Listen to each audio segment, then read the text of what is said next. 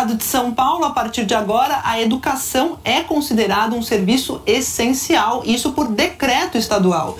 E isso significa que as aulas presenciais vão poder ocorrer mesmo durante as fases mais rígidas da quarentena. Educação é essencial, mas por enquanto as escolas estaduais em São Paulo estão abertas somente para oferecer merenda e fazer a distribuição de materiais. Até sexta-feira, a Secretaria Estadual da Educação deve fazer uma nova avaliação para definir se já é possível reabrir as escolas em algumas cidades na próxima semana. As escolas elas não abriram durante a fase emergencial, não em função de não serem seguras, mas em função de reduzir a circulação de pessoas como um todo na sociedade, para que a gente consiga, de fato, assim, ter pouquíssimas pessoas circulando. A gente tem acompanhado semanalmente com a equipe da saúde a evolução da pandemia, e assim que houver condições, as escolas vão voltar presencialmente. A presidente do Conselho Nacional de Educação, Maria Helena de Castro, concorda que no pico desta segunda onda da pandemia, a decisão de manter as crianças em casa deve ser das autoridades sanitárias, mas defende que fora do período mais crítico, as escolas devem ser as últimas a fechar e as primeiras a reabrir. As crianças das periferias, elas têm um risco muito maior fora da escola do que dentro da escola.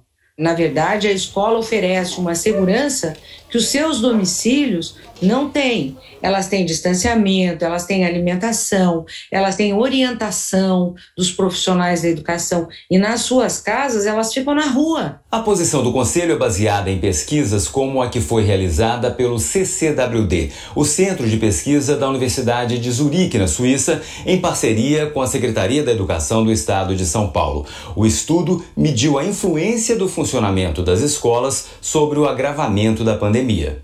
A pesquisa acompanhou a evolução da crise sanitária em cidades paulistas que reabriram as escolas a partir de outubro do ano passado e comparou os dados com os de cidades do mesmo tamanho, mas que mantiveram as escolas fechadas. Nos dois casos, houve crescimento de novos casos e de mortes ao longo do tempo, porque a pandemia ficou mais grave. Mas a diferença entre as curvas dos dois grupos de cidades se manteve estável.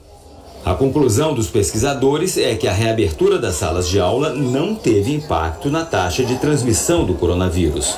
O coordenador do Comitê de Infectologia Pediátrica da Sociedade Brasileira de Infectologia, Marcelo Otsuka, diz que quem faz parte de grupos de risco, por idade ou por ter outra doença, deve ficar em casa. Isso vale para professores e alunos, incluindo aqueles que moram com pessoas que tenham comorbidades.